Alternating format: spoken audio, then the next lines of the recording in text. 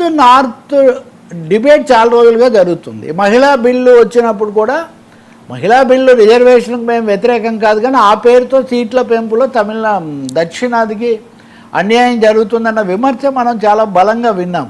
కాబట్టి ఈ north south నేరేటివ్లో south అనేది ఇప్పుడున్న లక్షణాలు ఇంకా బలోపేతం కావడానికి, అంటే ఇది కాంగ్రెస్ బీజేపీ మార్గం కూడా కాదు, వీళ్ళ ప్రత్యేకమైన మార్గంలో వీళ్ళు వెళ్తారు. సినిమా వాళ్ళ పట్ల ఒక ఆదరణ ఉంటుందండి. విజయ్ ఆకర్షణ, సినిమా ఆకర్షణ అందులో లేదని ఎవరు చెప్పగలుగుతారు?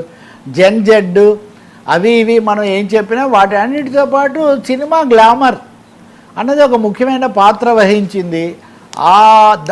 దాన్ని సద్వినియోగం చేసుకుంటే అధికారం వస్తుంది.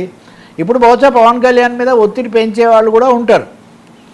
మీరు కూటమిలో ఉండి వాళ్ళకు అనుబంధంగా ఉండడం వల్ల మనం రాలేకపోయాము, ఎందుకంటే ముఖ్యమంత్రి పదవి ఇట్లాంటి చర్చలు ఉన్నాయి కదా, సీఎం అని చెప్పడాలు.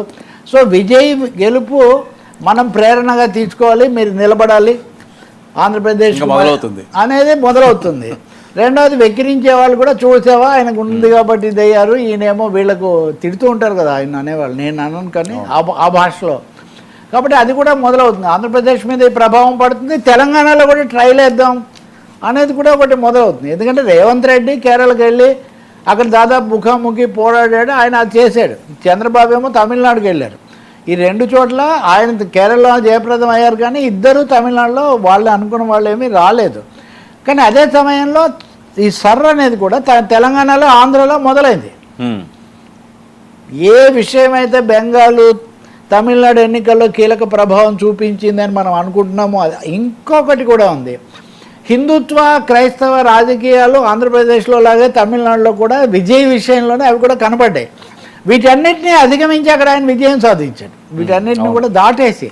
కాబట్టి ఇక్కడ మనం చేస్తున్నది ఇది రైటేనా, ఇదే విధానం మనం తీసుకోవాలా, ఇలాంటి ప్రశ్నలు ముందుకు వచ్చేటటువంటి అవకాశం మటుకు తప్పకుండా ఉంటుంది. కానీ చంద్రబాబు గారు ఇప్పటికే ట్వీట్ చేశారు, ఈ ఫలితాలు ఎన్డీఏ పట్ల ప్రధానమంత్రి పట్ల విశ్వాసాన్ని సూచిస్తున్నాయి అనే ఒక ప్రకటన ఆయన చేశారు. దానికి తగినట్టు మోదీ మాటలు కూడా వినిపిస్తున్నాయి. బెంగాల్లో ఈసారి కొత్త ప్రభుత్వం కోసమే ప్రమాణ స్వీకారానికే నేను వస్తానని ఒక జోస్యం చెప్పొచ్చారు కదా ఆయన.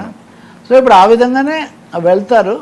తప్పకుండా ఈ ఎన్నికలు ఆ విధంగా అనేక సంచలనాలకు అవకాశం ఇచ్చినట్టు మనం చెప్పక తప్పదు. సార్, జగన్మోహన్ రెడ్డి గారి ఫోటో ప్రచారంలో పెట్టుకుంటూ ప్రచారం చేయడం ఇది బాగా ట్రోల్ అవుతుంది. ఎవరు ఇక్కడ తమిళనాడు అవడండి, వేరే ప్రాంతాలు ఎవరు తమిళనాడులోను ఎవరు పెట్టుకున్నారు? విజయ్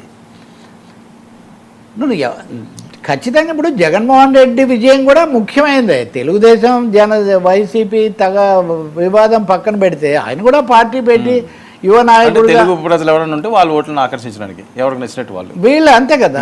రెండోది ఇదిగో ఈ హిందుత్వ ఇది కూడా ఒకటి ఉంది కదా. ఈయన జోసఫ్ విజయ్ తన మొదటి భాగం ఆపేసి చెప్తున్నారు, ఇలా చెప్పారు కదా.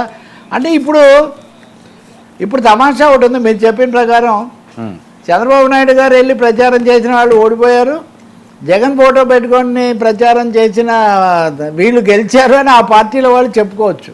కానీ దానికి ప్రాధాన్యత ఉండదు.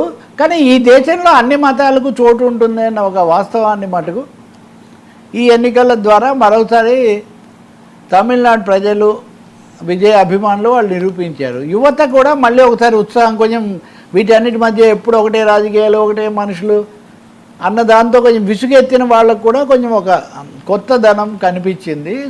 ఆయన దీన్ని సద్వినియోగం చేసుకుంటే చాలా మంచిది. తమిళనాడులో ఉన్న సంక్షేమ పదవి ఇప్పుడు ఆయన కూడా 5 గ్యారంటీలు ఇచ్చాడు. సో వాటి చేశారు, ఖచ్చితంగా చేశారు, అందులో ఏం సందేహం లేదు. అందుకనే ఇప్పుడు వాళ్ళు